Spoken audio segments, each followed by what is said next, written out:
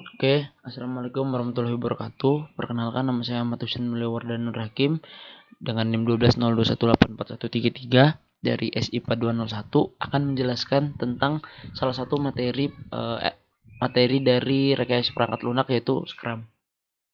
Apa itu Scrum? Scrum adalah kerangka kerja. Simpelnya Scrum adalah kerangka kerja yang digunakan untuk pengembangan piranti lunak. Namun Scrum bisa digunakan juga untuk pengembangan produk apapun yang bisa kompleks. Dalam konteks di sini, Scrum itu untuk membuat software.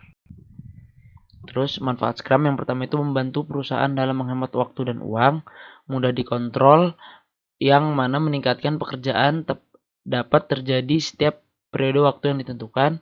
Terus pergerakan pengembangan cutting edge itu teknologi dapat dengan cepat dikodekan dan diuji menggunakan metode ini, bagaikan kesalahan yang mudah diperbaiki. Terus yang terakhir itu Scrum dapat dengan mudah mengatasi setiap perubahan. Nah, di Scrum itu ada terminologi.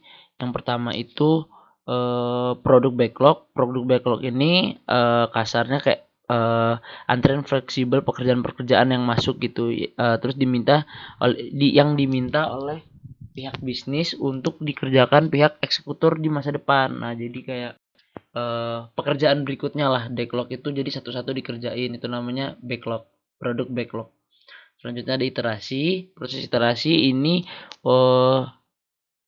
proses untuk mewujudkan hasil akhir dari si backlog ini. Nah, ini ada Scrum Practice. Scrum Practice itu ada dibagi jadi 4 lagi, ada roles, activity, artifact, sama rules. Nah, Scrum Role itu biasanya terdiri dari ada Scrum Team. Scrum Team ini orang-orang yang punya kemampuan beda-beda, kemampuannya masing-masing. Biasanya itu terdiri dari 5 atau sampai 9 atau 10 orang. Ada Scrum Master, Product Owner yang pertama, terus Scrum Masternya, habis itu Development Team. Nah, selanjutnya ada Scrum Activities dan barang. Sebenarnya barang ini artifak. Jadi karena di PPTPK bahasa Inggris saya di sini mengartikannya barang. Kenapa barang? Karena ini kayak tools yang digunakan untuk melakukan aktiviti-aktiviti yang ada di dalam Scrum tersebut gitu. Nah, ini produk backlog, ini penjelasannya secara ilmiah.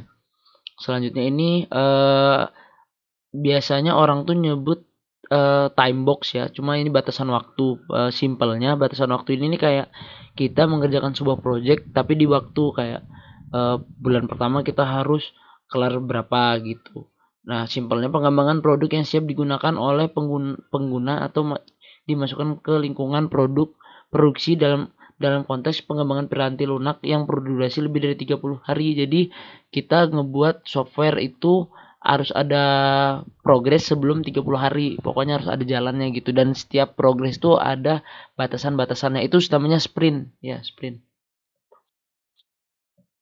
Nah, selanjutnya ini yang kedua itu yang kelima itu ada daily scrum. Nah, daily scrum ini biasanya kegiatan yang biasanya 15 sampai 20 menit bertujuan untuk mensinkronisasi pekerjaan antar tim pengembangan. Jadi kayak ditanya misalnya tim tim ngoding atau tim penghubungnya saling bertanya, misalnya ada kendala seperti apa, apakah ada yang bisa dibantu. Nah, ini tim-tim ini harus melaporkan kepada setiap tim yang ada di dalam daily scrum ini gitu. Nah, di tiap anggota tim harus melaporkan apa saja yang telah dilakukan pada hari sebelumnya dan buat perencanaan selama 24 jam ke depannya. Nah, selanjutnya sprint review. Nah, sprint review ini adalah pertemuan dalam Scrum yang mendemokan atau mencoba sebuah aplikasi atau software produk yang sudah dibangun selama sprint dan penunjangan kemampuan pengembangan. Jadi misalnya sprint review ini digunakan kayak misalnya kita buat aplikasi software. Nah, di sprint review ini bakal direview lagi si aplikasinya berjalan sesuai dengan keinginan atau tidak. Nah, sekian dari saya. Wabillahi taufiq walhidayah. Wassalamualaikum warahmatullahi wabarakatuh.